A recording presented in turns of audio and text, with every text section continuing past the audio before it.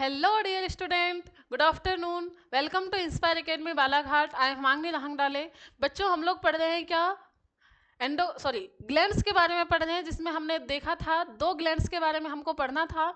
आपके सामने थंबनेल में दिखाया गया है क्या लिवर और पेंक्रियास, जिसमें हमने लास्ट लेक्चर में लीवर कंप्लीट कर चुका था और आज हम लोग देखेंगे किसके बारे में, पेंक्रियास के बारे में.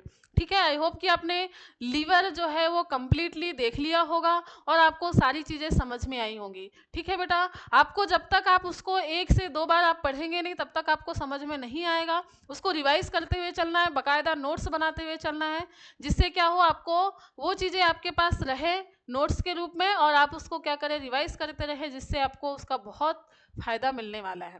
ठीक है, और वीडियोस को लाइक करना, कमेंट करना और उसको शेयर करना नहीं भूलना है. अपने सभी दोस्तों को शेयर करना है, वीडियो को ज़्यादा से ज़्यादा शेयर करना है. ठीक है बेटा, और अगर आपको इसकी पीडीएफ चाहिए तो आपको इंस्पायर एकेडमी बालाघाट का टेलीग्राम चैनल जो है ज्वाइन कर लेना है, जिससे आपको हर लेक्चर की पीडीएफ मिलते हुए चलेंगी. क्लियर है बेटा? तो चलिए फिर आज पेंक्रियास को स्टार्ट करते हैं हम लोग. चलिए, हो जाइए रेडी आज की क्लास को लेने के लिए. ठीक है, चलिए. पेंक्रियास किसकी बात करने वाले हैं हम आज? पेंक्रियास की. तो चलिए फिर,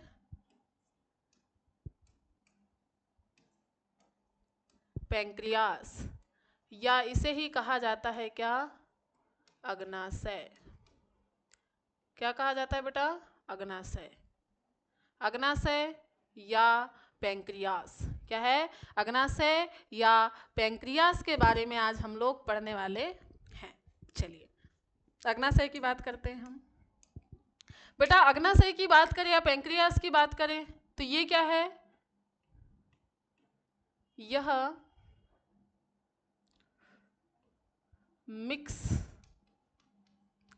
मिक्स्ड ग्लैंड है, मिक्स्ड हेटेरोक्राइन ग्लैंड है. मिक्स्ड हेटेरोक्राइन ग्लैंड है. मतलब क्या है? ये एक मिश्रित ग्रंथि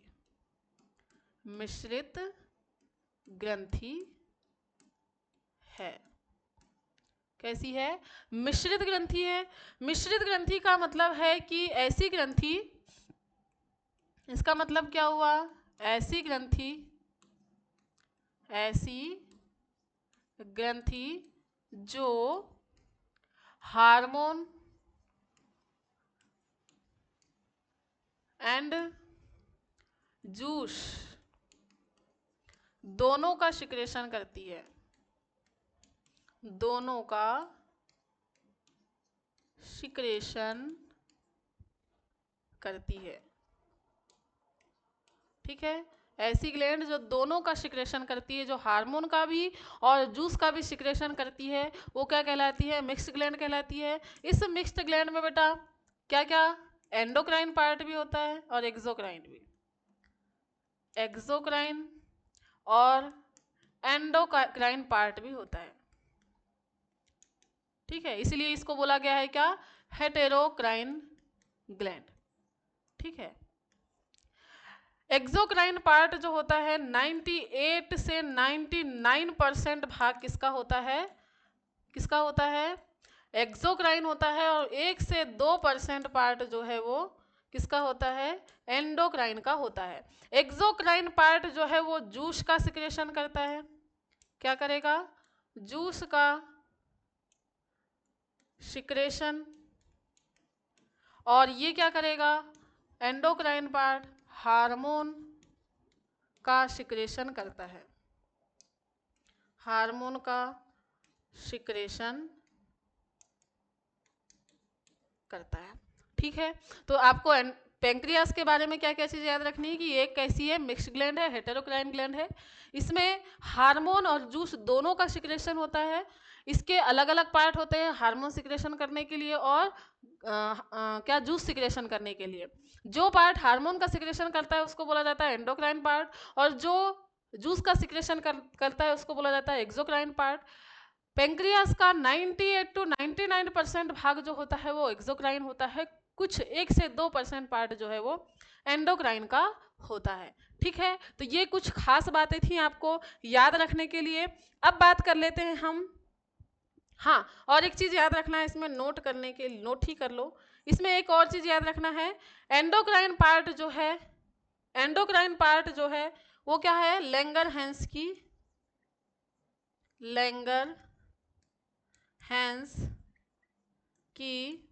सॉरी आइलैंड ऑफ लैंगरहैंस बोल सकते हैं। क्या बोलेंगे हम, आइलैंड ऑफ लैंगरहैंस। लैंगरहैंस की द्वीपिकाएं ये जो होती हैं आपका एंडोक्राइन पार्ट होता है। क्या है, लैंगरहैंस की द्वीपिकाएं, लैंगरहैंस की द्वीपिकाएं, द्वीपिकाएं ये क्या है, एंडोक्राइन पार्ट है जो हार्मोन का सिक्रेशन करती हैं। ठीक है, चलिए अभी देख लेते हैं हम इसका क्या स्ट्रक्चर, पैंक्रियास के स्ट्रक्चर के बारे में बात कर लेते हैं हम। चलिए हम एक काम करते हैं, यहीं पर पैंक्रियास का स्ट्रक्चर बना लेते हैं।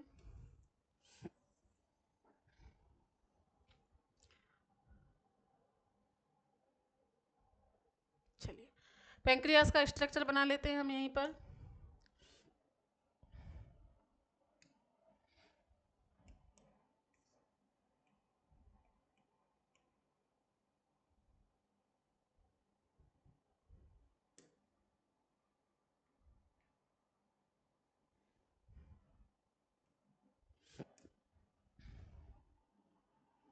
किस तरीके से होता है पैंक्रियास का स्ट्रक्चर देखते हैं हम।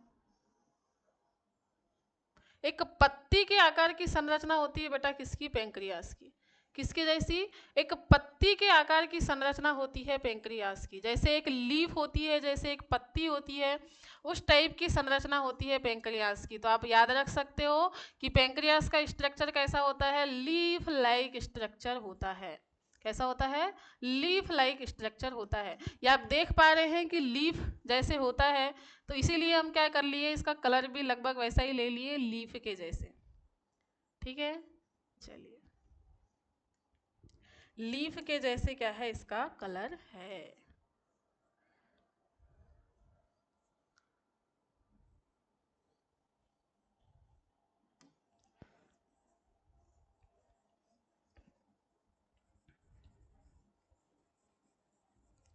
अब देखेंगे इसमें कि ये जो आपकी पत्ती है, इसमें किस तरीके से एंडोक्राइन और एक्सोक्राइन दोनों पार्ट रहते हैं और किस तरीके से ये सिक्रेशन करते हैं, इसके बारे में हम बात करेंगे।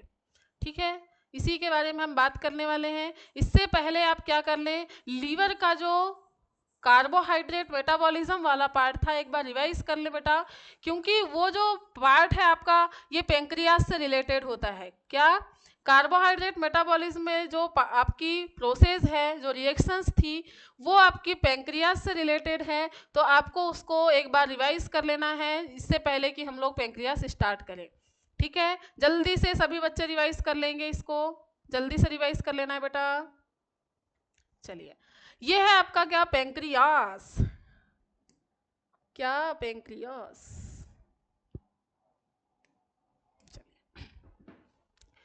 पैंक्रियास, अब लीफ बना रहे हैं तो लीफ में एक पाइप वो होना चाहिए। थोड़ा हम कलर कर देते हैं चेंज बेटा। चलिए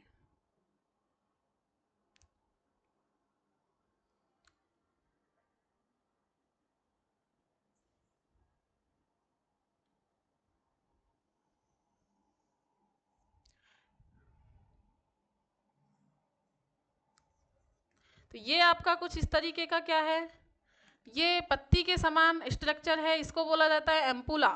ये वाला पार्ट क्या कहलाता है, पैंक्रियाटिक एम्पुला कहलाता है। जो फूला हुआ भाग है, यहीं पर तो आके क्या हो रहा है, जूस इकट्ठा होने वाला है। ठीक है, चलिए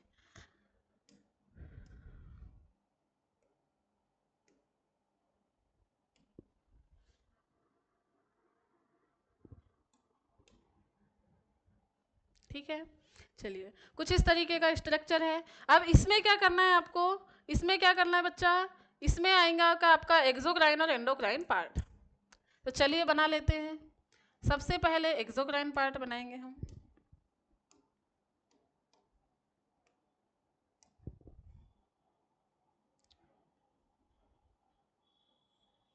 ये आपका एक्सोक्राइन पार्ट है। ये होंगी छोटी छोटी सी क्या, पैंक्रियाटिक सेल्स। इससे निकलेंगी क्या, छोटी छोटी सी डक्ट। छोटी छोटी सी क्या निकल रही है, डक्ट।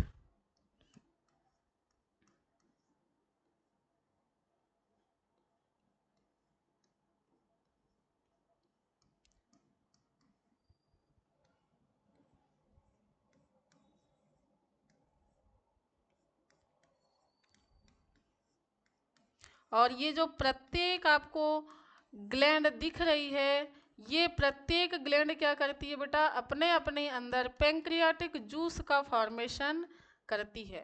क्या कर रही है, पैंक्रियाटिक जूस का फॉर्मेशन करती है। ठीक है, ये ग्लैंड है, इसमें क्या होता है, पैंक्रियाटिक जूस का फॉर्मेशन होता है। किसका फॉर्मेशन होगा, पैंक्रियाटिक जूस का फॉर्मेशन होगा। और ये जूस कहाँ डालेंगी, ये जो कॉमन डक्ट आपकी पैंक्रियाटिक कॉमन डक्ट है उसमें डालेंगी। ठीक है, देखिए कितनी सुंदर सी संरचना होती है ना आपकी पैंक्रियास की, देख पा रहे होंगे आप।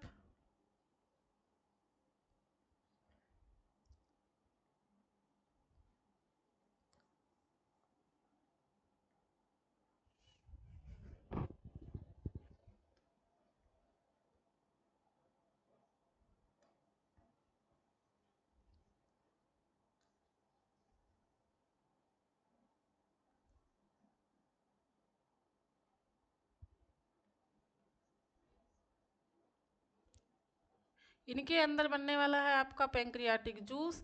और ये जूस वाला पार्ट है, मतलब आप सोच सकते हैं कि ये वाला पार्ट क्या हो जाएगा आपका, एंडोक्राइन वाला, सॉरी एक्सोक्राइन पार्ट हो जाएगा। क्या हो जाएगा बच्चा, एक्सोक्राइन पार्ट हो जाएगा। ये है एक्सोक्राइन वाला पार्ट।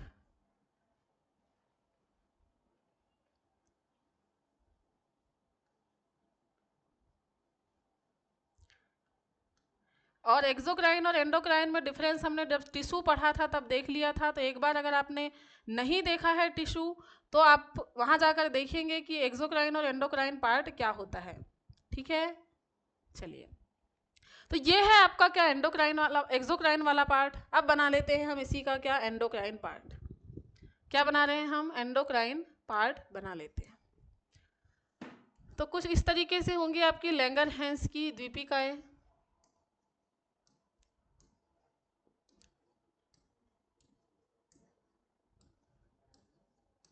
लैंगरहैंस की द्वीपिकाएं कुछ इस तरीके से होंगी। ये है आपका एंडोक्राइन वाला पार्ट। क्या है ये, एंडोक्राइन वाला पार्ट है। तो कुछ इस तरीके से आपको क्या दिखने वाली है, आपको पैंक्रियास दिखने वाला है। अब इसका हम देख लेते हैं नाम। चलिए, ये क्या है, पैंक्रियाटिक एम्पुला।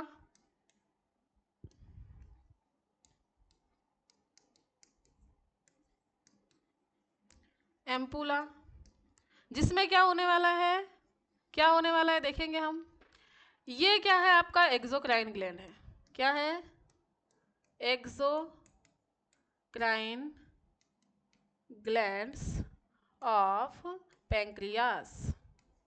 पैंक्रियास की एक्सोक्राइन ग्लैंड वाला पार्ट है किस, कौन सा आपका, ये जो दिख रहा है। ठीक है, ये क्या है, common pancreatic duct. Common pancreatic duct, common pancreatic duct. ये वाला पार्ट क्या है, आइलैंड ऑफ,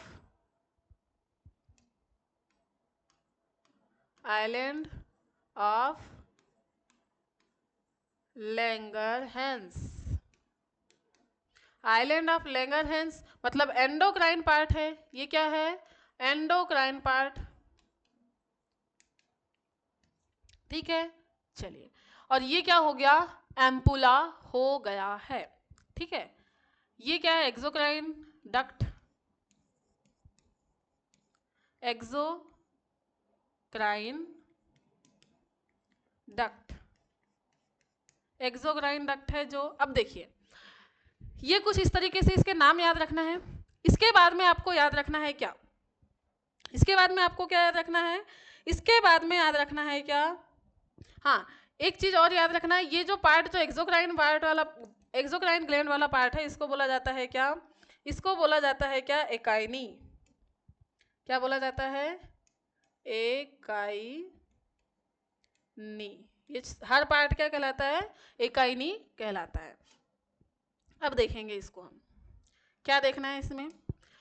जब बेटा ये वाले भाग में क्या होता है, जूस का फॉर्मेशन होगा, ये जूस क्या करेगा, सभी एकाइनी से जो जूस है वो कहाँ पर जाएगा, सभी एकाइनी से जूस जो कॉमन पैंक्रियाटिक डक्ट है उसमें जाएगा, और इस कॉमन पैंक्रियाटिक डक्ट से जो जूस है वो कहाँ पर इकट्ठा होगा, इस एम्पुला में इकट्ठा होगा, इस एम्पुला में इकट्ठा होगा, और यहीं से कहाँ जाएगा फिर, यहीं से जाएगा फिर कहाँ पर, आपके स्मॉल इंटेस्टाइन में। कहाँ जाएगा बेटा? स्मॉल इंटेस्टाइन में जाने वाला है। ठीक है, तो इस तरीके से आपका पेंक्रियास का स्ट्रक्चर होता है, और इसके दो पार्ट होते हैं, ये हमने देखा। ठीक है, चलिए अभी इसका स्ट्रक्चर अगर आपको समझ में आ गया होगा तो हम देख लेते हैं कि इसका जो एक्सोक्राइन पार्ट है उससे जूस, कौन सा जूस जो सिक्रेट हो रहा है, और कौन से इसमें एंजाइम है। जूस है तो इसमें या तो एंजाइम होगा या फिर किसी ना किसी तरीके से डाइजेशन में हेल्प कर रहा होगा, और अगर एंडोक्राइन पार्ट है तो हार्मोन होंगे। तो इसमें कौन से एंजाइम और कौन से हार्मोन होते हैं, इसके बारे में हम बात कर लेते हैं। तो सबसे पहले बात करेंगे किसके बारे में? Exocrine, exocrine part of pancreas, exocrine part of pancreas. Pancreas के एक्सोक्राइन पार्ट या बहिस्त्रावी बोला जाता है इसको। क्या बोला जाता है? बहिस्त्रावी। ठीक है, चलिए तो इसमें से कौन से एंजाइम सीक्रेट होते हैं इसके बारे में बात करेंगे हम। ये क्या करेगा? पेंक्रियाटिक जूस का सिक्रेशन करता है। ये क्या करेगा? पेंक्रियाटिक जूस का सिक्रेशन करता है।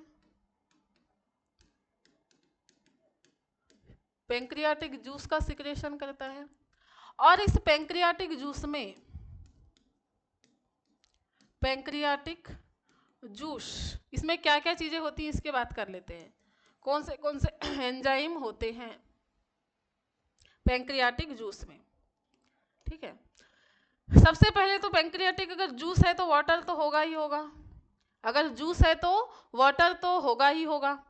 सेकेंड चीज इसमें क्या पाई जाती है? प्रोटियोलाइटिक एंजाइम, प्रोटियोलाइटिक एंजाइम पाए जाते हैं जो प्रोटीन का पाचन करते हैं, तो प्रोटीन का पाचन करने वाले प्रोटियोलाइटिक एंजाइम पाए जाएंगे। इसमें क्या है? वाटर है। फिर क्या पाए जाते हैं? इसमें पाया जाता है पेंक्रियाटिक एमाइलेज। क्या होता है? Pancreatic amylase. और एमाइलेज हमने कहाँ पढ़ा था, जल्दी से रिमाइंड करेंगे। हमने और एमाइलेज के बारे में कहाँ पढ़ा था, जल्दी से रिमाइंड करेंगे सभी बच्चे। ठीक है, और क्या होता है? Pancreatic lipase. पेंक्रियाटिक लाइपेज, हमने लाइपेज के बारे में भी एक जगह पर पढ़ा है, वहाँ कहाँ पढ़ा है जल्दी से बताएंगे। और अगर याद नहीं आ रहा है तो आपको क्या करना है, इसका जो बाकी बचा हुआ भाग है जो पिछला हमने पढ़ा दिया है उसको याद रखना है। ठीक है, फिर क्या है? Nucleus, nucleus.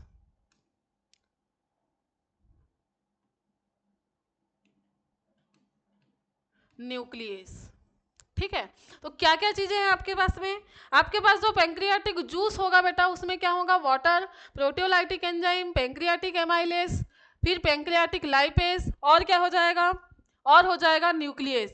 तो ये कुछ आपके पास में प्रोडक्ट होंगे पेंक्रियाटिक जूस में, जो पेंक्रियास के किससे? एकाइनी से सिक्रेट होगा। ठीक है, तो अब इनके अगर ये चीजें आपके, ये एंजाइम, ये पानी, ये इसमें अगर पाया जा रहा है तो इनके कुछ ना कुछ फंक्शन होंगे। तो चलिए फिर इनके फंक्शन के बारे में बात कर लेते हैं हम।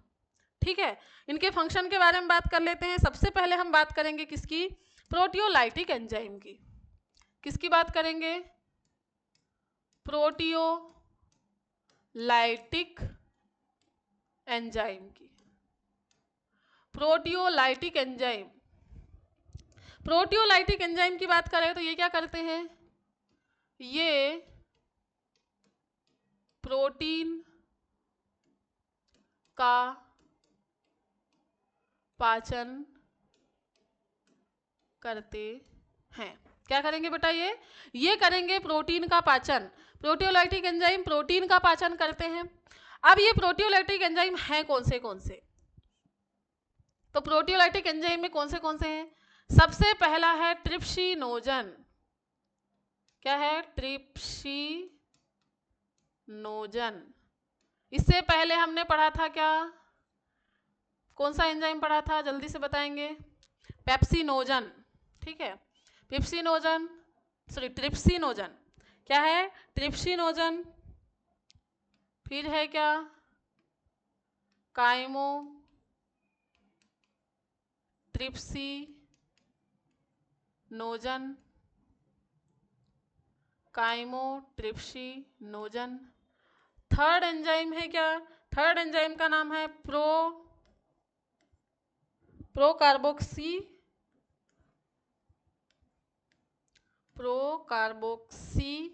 पेप्टाइडेस। प्रोकार्बोक्सीपेप्टाइडेस। और फोर्थ है क्या आपका? प्रोइलास्टेस। क्या है? प्रोइलास्टेस। ये 4 प्रोटियोलाइटिक एंजाइम आपके पैंक्रियाटिक जूस में पाए जाते हैं। ट्रिप्सिनोजन, काइमोट्रिप्सिनोजन, प्रोकार्बोक्सी पेप्टाइडेस और प्रोइलास्टेस। क्लियर है बेटा? चलिए अब बात करते हैं कि ये काम क्या करते हैं। सबसे पहली चीज तो ये सारे के सारे, इसमें ये नोट कर लेना है, सभी प्रोटियोलाइटिक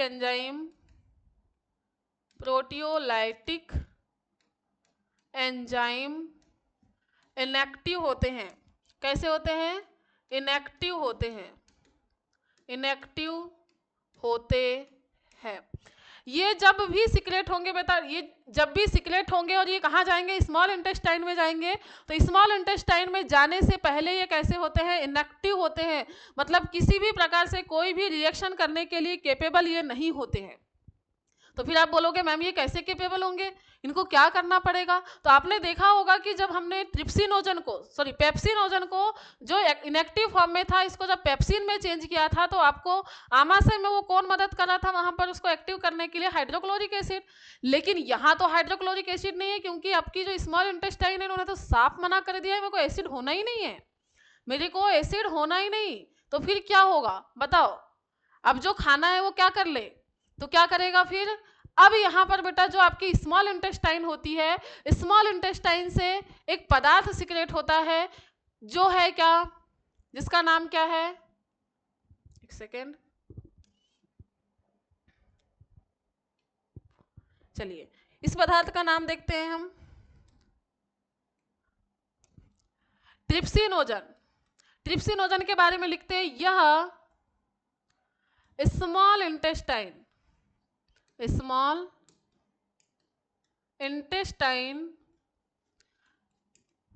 के से सिक्रेट होने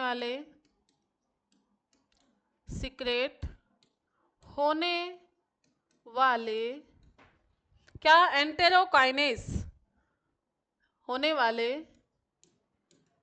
एंजाइम कौन सा? एंटेरोकाइनेस।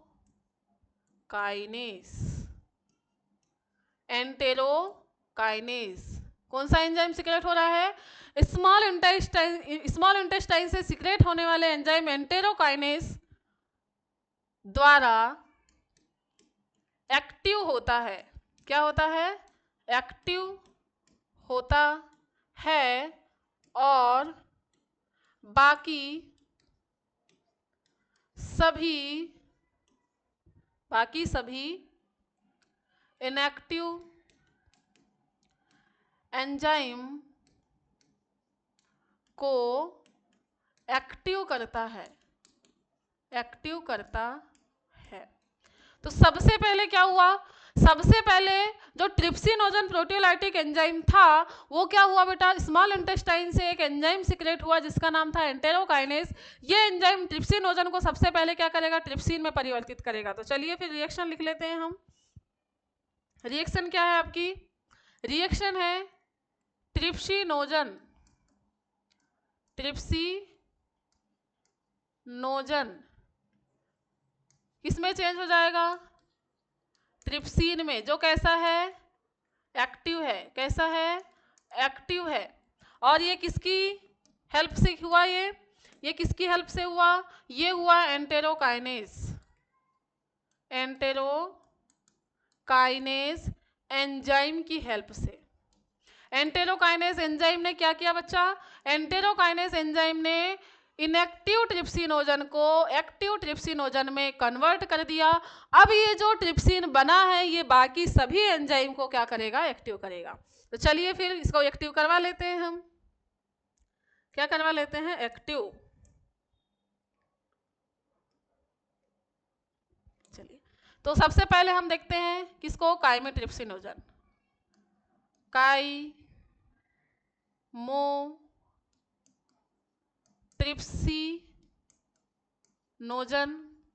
काइमोट्रिप्सिनोजन किसमें चेंज हो जाएगा? काइमोट्रिप्सिन में। किसमें? काइमोट्रिप्सिन में। किसकी प्रेजेंट में? ट्रिप्सिन एंजाइम की प्रेजेंट में। काइमोट्रिप्सिनोजन ट्रिप्सिन एंजाइम की प्रेजेंट में काइमोट्रिप्सिन में चेंज हो जाएगा। ठीक है, काइमोट्रिप्सिनोजन काइमोट्रिप्सिन की प्रेजेंट में किसमें चेंज हो जाएगा? काइमोट्रिप्सिन में। ये हो गया काइमोट्रिप्सिन में चेंज। ठीक है, काइमोट्रिप्सिन में हो गया चेंज। अब हमारा सेकेंड है pro carboxy peptidase. Pro carboxy peptidase. Pro carboxy peptidase किसकी प्रेजेंट में? ट्रिप्सिन की प्रेजेंट में। ट्रिप्सिन की प्रेजेंट में क्या बनाएगा? Carboxy peptidase. क्या बनाएगा? Carboxy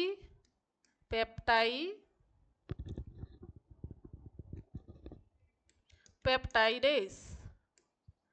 carboxy peptidase. और फिर क्या है? Pro elastase. Pro elastase. Pro elastase किसकी प्रेजेंट में? ट्रिप्सिन की प्रेजेंट में active elastase. Active elastase enzyme में कन्वर्ट हो जाएगा। ये सभी फॉर्म क्या है बच्चा? ये सभी के सभी एक्टिव फॉर्म है। क्या है? ये सभी के सभी है एक्टिव फॉर्म। ट्रिप्सिन की प्रेजेंट में ये जो बाकी के इनएक्टिव एंजाइम थे वो भी किस में कन्वर्ट हो गए? वो भी कन्वर्ट हो गए आपके इनएक्टिव में, सॉरी एक्टिव में। क्या हो गए? वो भी क्या में कन्वर्ट हो गए? एक्टिव। एक्टिव एंजाइम में कन्वर्ट हो चुके हैं। किसकी प्रेजेंट में? एक्टिव ट्रिप्सिनोजन की प्रेजेंट में। अब ये जब एक्टिव हो चुके हैं तो ये क्या काम करेंगे? ये जब एक्टिव हो चुके हैं तो ये क्या काम करेंगे? तो यहीं पर देख लेते हैं हम, जब ये एक्टिव हो चुके हैं तो क्या काम करेंगे।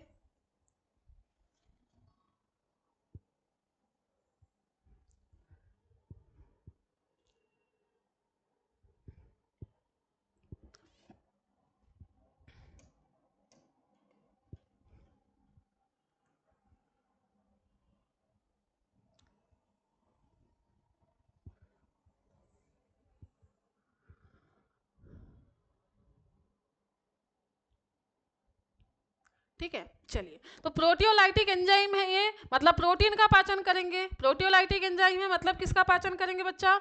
ये करेंगे प्रोटीन का पाचन। और आपको पता होना चाहिए प्रोटीन जो है, क्या किसकी बात हो रही है? प्रोटीन। प्रोटीन प्रोटीन किसकी प्रेजेंट में? पेप्सिन एंजाइम की प्रेजेंट में। किसमें चेंज हो चुका है अभी तक? पेप्टाइड में। किसमें?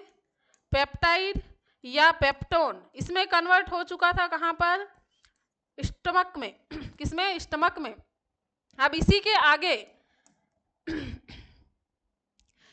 आगे क्या होगा? इसी के आगे कौन से एंजाइम के प्रेजेंट में? काइमोट्रिप्सिनोजन, काइमोट्रिप्सिन, काइमोट्रिप्सिन, फिर क्या है कार्बोक्सी पेप्टाइडेस, कार्बोक्सी पेप्टाइडेस और इलास्टेज, इलास्टेज एंजाइम की प्रेजेंट में किसमें चेंज हो जाएगा, डाई पेप्टाइड में। किसमें चेंज हो जाएगा, डाई पेप्टाइड, और डाई पेप्टाइड से अमीनो पेप्टाइड क्या बना लेगा, एमिनो, एमिनो पेप्टाइड।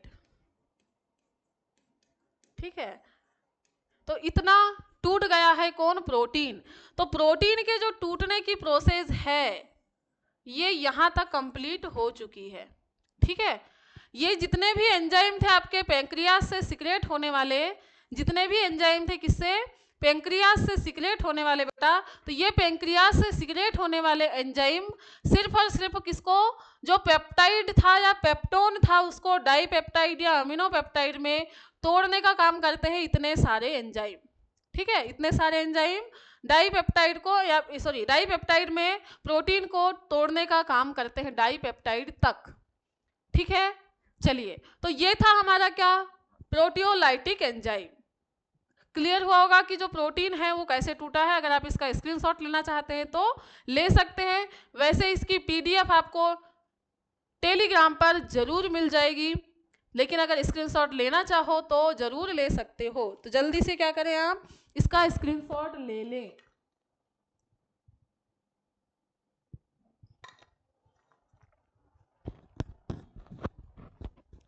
चलिए, स्क्रीनशॉट ले लिया होगा आपने। अब बढ़ते हैं हम अपने अगले एंजाइम की तरफ। अगले एंजाइम का नाम क्या है, अगले एंजाइम का नाम है पैंक्रियाटिक एमाइलेज। क्या है, pancreatic amylase, pancreatic amylase. Amylase का काम क्या होगा बेटा, एमाइलेज का काम होगा क्या, आपको पता होना चाहिए किसका, एमाइलेज हमेशा क्या काम करता है, स्टार्च, स्टार्च को किसमें तोड़ता है, माल्टोज में। तो पैंक्रियाटिक एमाइलेज क्या करेगा, जो बचा हुआ स्टार्च है जो माउथ कैविटी में नहीं टूटा है उसको माल्टोज में तोड़ने का काम करेगा। सेकंड क्या है, सॉरी थर्ड, ये सेकंड था। थर्ड है क्या, पैंक्रियाटिक लाइपेज। क्या है, पैंक्रियाटिक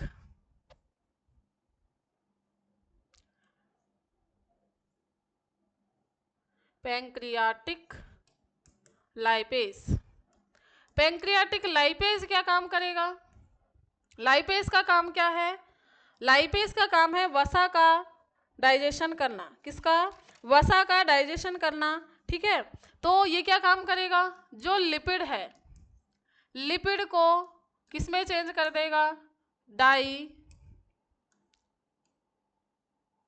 सेकेराइड, या फिर आप बोल सकते हैं डाईग्लिसराइड। किसमें, डाई ग्लिसराइड, डाईग्लिसराइड, और डाईग्लिसराइड से फिर किसमें, मोनोग्लिसराइड, ग्लिसराइड में चेंज कर देगा। और आपको याद रखना होगा कि सबसे ज्यादा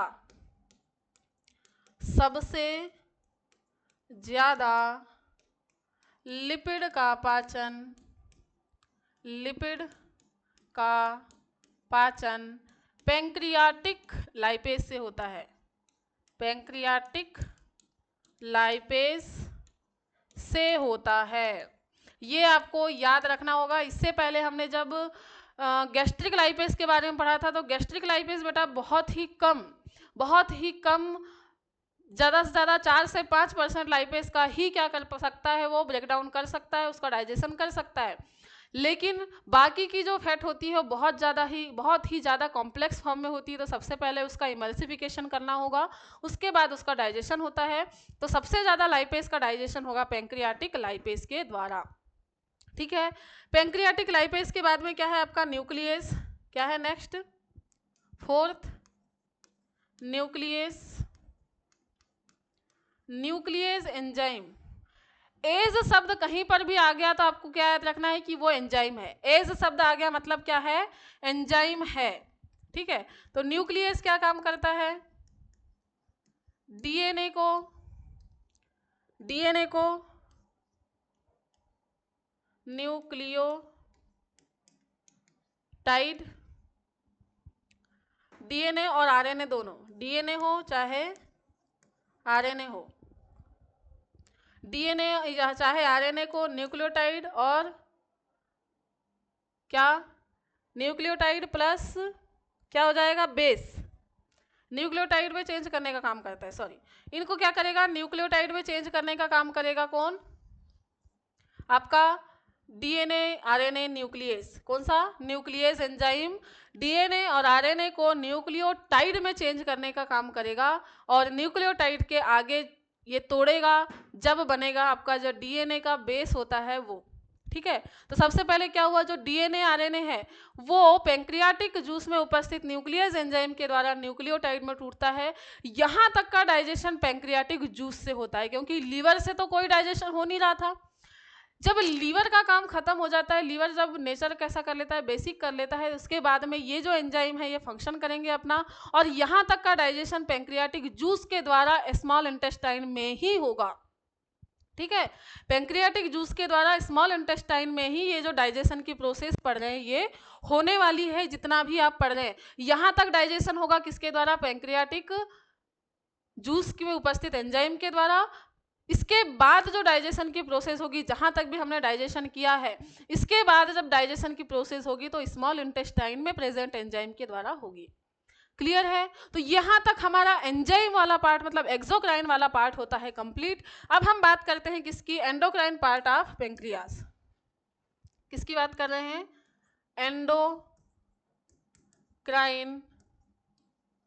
पार्ट ऑफ पेंक्रियास। ठीक है, एंडोक्राइन पार्ट ऑफ पेंक्रियास मतलब एंडोक्राइन का मतलब होता है अंतःस्रावी, अंतःस्रावी। ठीक है, अंतःस्रावी ग्रंथि के बारे में बात कर रहे हैं। और अंतःस्रावी ग्रंथि की बात करें तो बेटा, अंतःस्रावी ग्रंथि की बात कर रहे हैं तो इसमें आपको पता होना चाहिए क्या कि इसकी हम अगर बात करें अंतःस्रावी पार्ट की, तो हमने देखा था कुछ ऐसे लोब्यूल्स होते हैं, इनमें क्या होते हैं, कुछ इस तरीके के लोब्यूल्स हमने देखा था आइलैंड ऑफ लैंगरहैंस में। तो ये जो आइलैंड आपको दिखाई दे रहे हैं इनमें क्या होंगी, इनमें होती हैं क्या, इनमें होते हैं क्या अल्फा, ऐसे किनारे की तरफ क्या होंगी अल्फा सेल्स, और बीच में क्या होंगी बीटा सेल्स, क्या हो जाएंगी बीटा सेल्स। ठीक है, क्या हो जाएंगी अल्फा सेल्स और बीटा सेल्स। तो नाम लिख रहे हैं हम इसका, ये क्या है अल्फा सेल और ये क्या है बीटा सेल। तो दो प्रकार की सेल आपको देखने को मिलने वाली हैं, दो प्रकार की सेल मिलेंगी देखने को एंडोक्राइन पार्ट में। किसमें, एंडोक्राइन पार्ट में दो प्रकार की सेल आपको देखने को मिलने वाली हैं। सबसे पहला अल्फा सेल और दूसरा क्या है बेटा, दूसरा है बीटा सेल। अल्फा सेल क्या करती है, ग्लूकेगॉन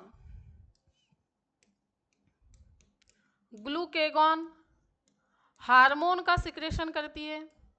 अल्फा सेल से क्या होता है, जो ग्लूकेगॉन हार्मोन होता है उसका सिक्रेशन होता है, और बीटा सेल से इंसुलिन हार्मोन का सिक्रेशन होता है। और हमने लीवर में देखा था ये दोनों क्या फंक्शन करते हैं, क्या फंक्शन करते हैं इसके बारे में। तो लीवर अगर आपने नहीं पढ़ा है तो इसको जाके देखना है। ग्लूकेगॉन का काम करता है, होता है क्या, ग्लाइकोजन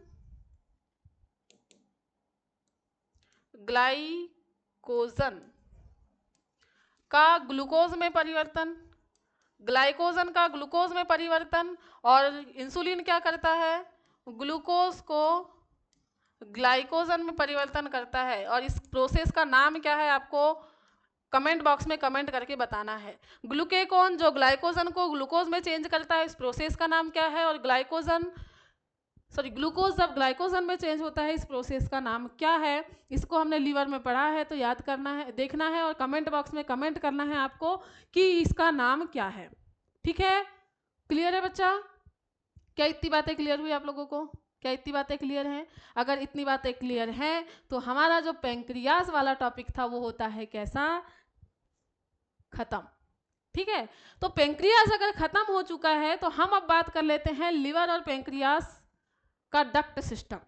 ठीक है, इसी के आगे हम बात कर लेते हैं लीवर और पेंक्रियाज के डक्ट सिस्टम के बारे में। चलिए एक काम करते हैं, इसको थोड़ा सा रिवाइज कर लेते हैं हम, एक बार रिवाइज। ठीक है, चलिए, तो ये हमने देखा था पेंक्रियाज के स्ट्रक्चर के बारे में कि ये कैसी है। एक हेटेरोक्राइन ग्लैंड है, इसमें एंडोक्राइन और एक्सोक्राइन दोनों पार्ट होते हैं। एंडोक्राइन पार्ट जो होता है वो लैंगरहैंस की दीपिकाएं कहलाता है, और एक्सोक्राइन वाला पार्ट जो है वो एकाइनी कहलाता है। फिर हमने देखा कि इसमें से क्या निकलता है? पेंक्रियाटिक जूस, और इस पेंक्रियाटिक जूस में nucleus, water, proteolytic enzyme, pancreatic amylase और पेंक्रियाटिक लाइपेज एंजाइम पाए जाते हैं। और इनका फंक्शन देखा हमने कि जो प्रोटियोलाइटिक एंजाइम होते हैं 4, ये कैसे काम करते हैं? प्रोटियोलाइटिक एंजाइम सारे के सारे इनएक्टिव होते हैं, और ये किसमें? स्मॉल इंटेस्टाइन में जाके किसके द्वारा? एंटेरोकाइनेज एंजाइम के द्वारा कैसे होते हैं? एक्टिव होते हैं। फिर इसके बाद हमने पेंक्रियाटिक एमाइलेज, पेंक्रियाटिक लाइपेज और न्यूक्लियस एंजाइम कैसे पदार्थों का डाइजेशन करता है, कैसे छोटे से हम एक बड़ी यूनिट से छोटी यूनिट की तरफ डाइजेशन की प्रोसेस की तरफ बढ़ रहे हैं। अब लास्ट प्रोसेस बचती है हमारी किसमें?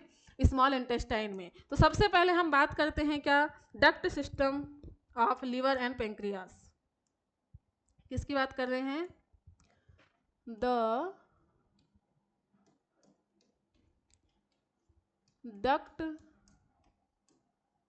सिस्टम of liver and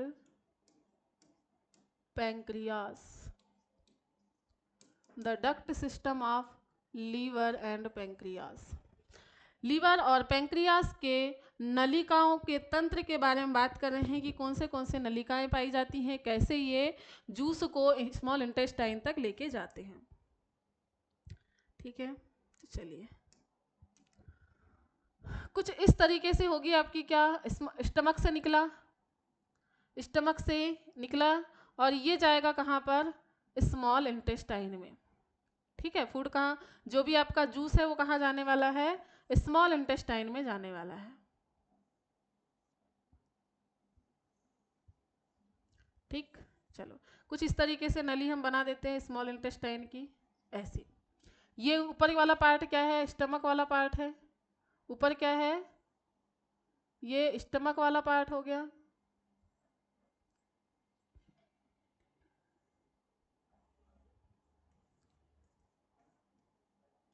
ठीक है, ये पार्ट क्या है? स्टमक वाला।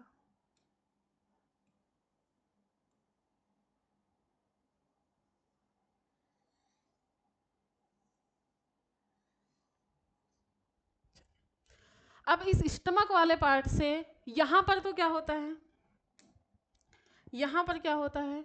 Pyloric valve. क्या होता है यहाँ? Pyloric valve. अब पायलोरिक वाल्व के नीचे आएगा क्या? फूट, और यहीं से क्या है आपका? क्या है? लिवर। तो चलिए फिर लिवर बना लेते हैं सबसे पहले।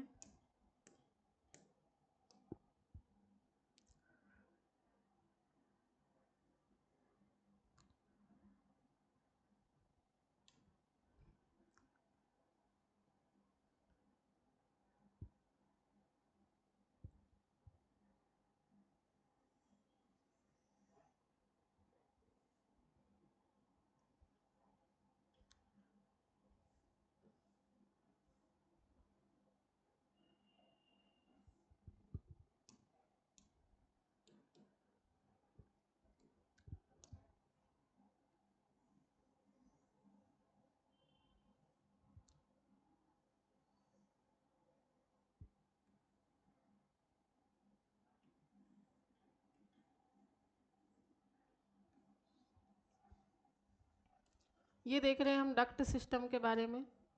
ये आपका लिवर,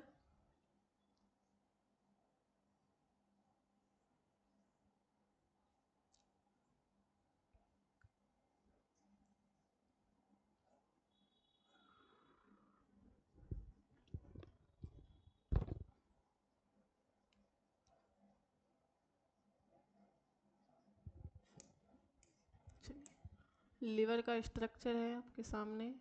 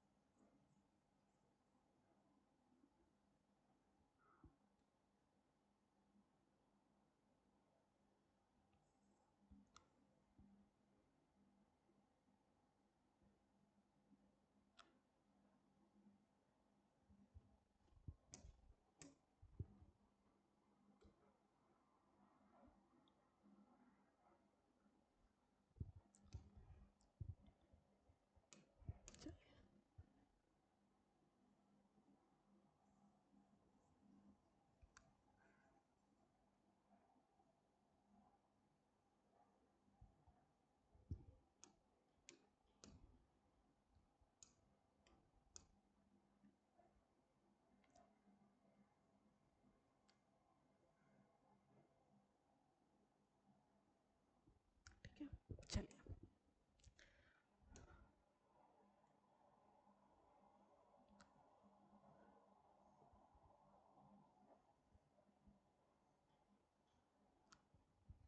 अब आता है पेंक्रियास। ठीक है, अब आता है आपका क्या, पेंक्रियास। तो पेंक्रियास को हम थोड़ा कलर चेंज करके देख लेते हैं। पेंक्रियास, इसको हम यहाँ से हटा देते हैं।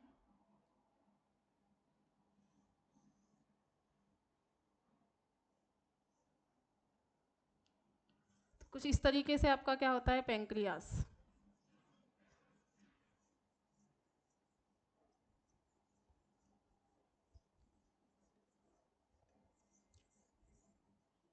कुछ इस तरीके से क्या है आपका, पेंक्रियास है।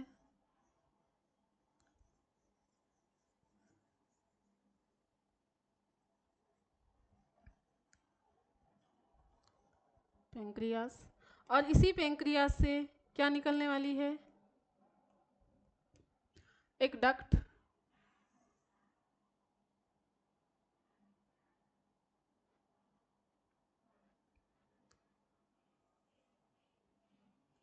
ठीक है, और यहाँ क्या है इसका, एम्पुला। क्या है ये, एम्पुला। थोड़ा हम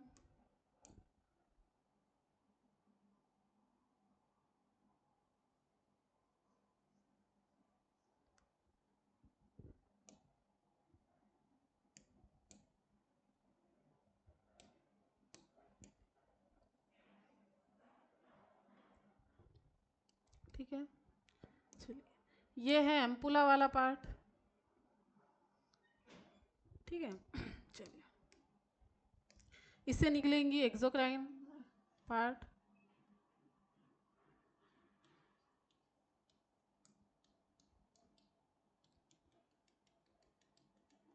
ये एक्सोक्राइन वाला पार्ट। ठीक है, ये क्या है, इसमें एंडोक्राइन वाला पार्ट कुछ इस तरीके से। ठीक, अब इसमें से निकल रही है एक डक्ट। क्या निकल रही है, ये डक्ट मिल रही है इससे जाके, ये एम्पुला से लगी हुई एक डक्ट है जो मिल रही है इससे जाके, और ये कुछ इस तरीके से बना रही है। ठीक है, ये यहाँ पर कुछ इस तरीके से होता है डक्ट सिस्टम, और यहाँ पर क्या है, ये स्मॉल इंटेस्टाइन। क्या है ये, स्मॉल इंटेस्टाइन। स्मॉल इंटेस्टाइन है बच्चा। ठीक है, अब देख लेते हैं इसका नाम हम। इसका तो हमने देख लिए थे, ये क्या है, कॉमन हिपैटिक डक्ट। कॉमन क्या है, hepatic duct. Common hepatic duct है। ठीक है, और ये क्या है, बाइल डक्ट है। बाइल डक्ट है। और ये क्या है, pancreatic, common pancreatic duct. Common pancreatic duct, यही बात हुई थी। ये क्या है, कॉमन पैंक्रियाटिक डक्ट है। कॉमन पैंक्रियाटिक डक्ट के बाद में ये वाला पार्ट क्या है, एम्पुला है। क्या है, एम्पुला है। ठीक है, अब बेटा जहां पर हिपैटिक डक्ट, इसको बोला गया है कॉमन हिपेटिक डक्ट और एक पेंक्रियाटिक डक्ट। ये दोनों डक्ट जिस स्थान पर मिलती हैं, ये दोनों डक्ट जिस स्थान पर मिल रही हैं, इसको थोड़ा हाईलाइट कर ले रहे हैं हम जिससे कि आपको क्लियर हो जाए। और इस जो कॉमन डक्ट है इसका नाम क्या है, तो इसका नाम याद रखना है हिपेटो, थोड़ा कलर चेंज कर लेते हैं ना,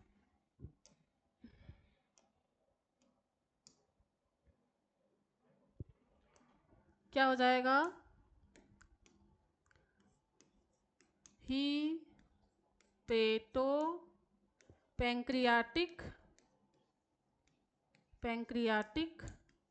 डक्ट, हिपेटो पैंक्रियाटिक डक्ट।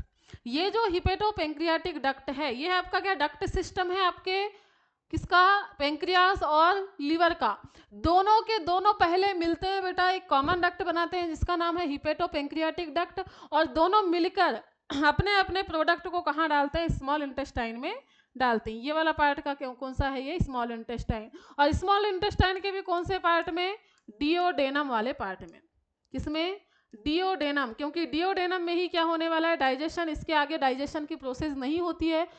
आपके डाइजेस्टिव सिस्टम का लास्ट पार्ट जहां पर डाइजेशन होगा वो क्या है, डिओडेनम है। तो कुछ इस तरीके से पाया जाता है क्या आपका डक्ट सिस्टम। आई होप कि आपको इसका डक्ट सिस्टम क्लियर होगा और आप इसको समझ पाए होंगे किस तरीके से ये पहले स्मॉल इंटेस्टाइन में डालता है अपने प्रोडक्ट को, उसके बाद में जो भी फंक्शन हमने किसके लिखे हैं, लीवर के और पेंक्रियास के, वो सारे के सारे फंक्शन डाइजेशन वाले किसमें होंगे, स्मॉल इंटेस्टाइन के डिओडेनम में। ठीक है बेटा, चलिए अब याद रखना है कि इसके बारे में एक चीज और याद रख लेना है आपको, इसके बारे में एक चीज और याद रख लेना है आपको, क्या, यह डायाफ्राम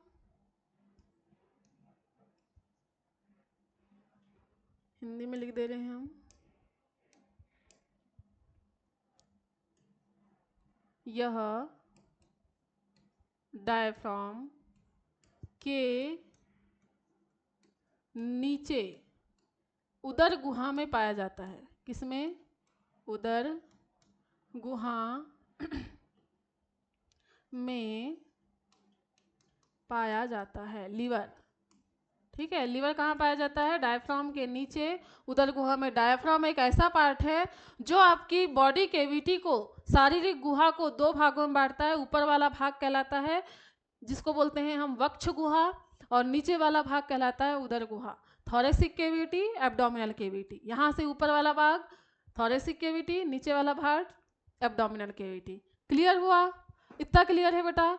तो इसके बाद में हम अब नेक्स्ट लेक्चर में देखेंगे किसके बारे में, नेक्स्ट लेक्चर में देखेंगे कि स्मॉल इंटेस्टाइन के अंदर, स्मॉल इंटेस्टाइन के अंदर जो स्मॉल इंटेस्टाइन से जो एंजाइम सीक्रेट हो रहे हैं, एंजाइम निकल रहे हैं, उसके अंदर जो जूस निकल रहा है उसमें जो एंजाइम हो रहे हैं, वो अब जो अभी तक पाचन हुआ है उसके आगे कैसे पाचन करते हैं।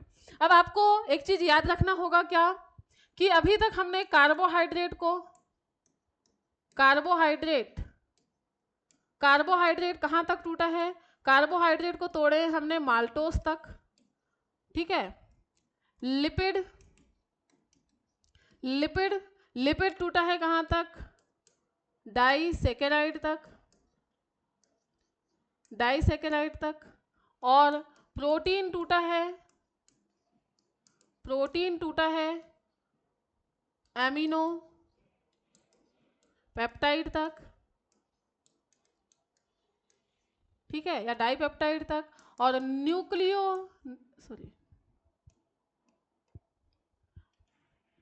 डीएनए और आरएनए, न्यूक्लिक एसिड जो होते हैं, हम न्यूक्लिक एसिड ना लिख के क्या लिख रहे हैं, डीएनए और आरएनए, इनको तोड़ा गया है कहाँ तक, न्यूक्लियोटाइड तक, ठीक है।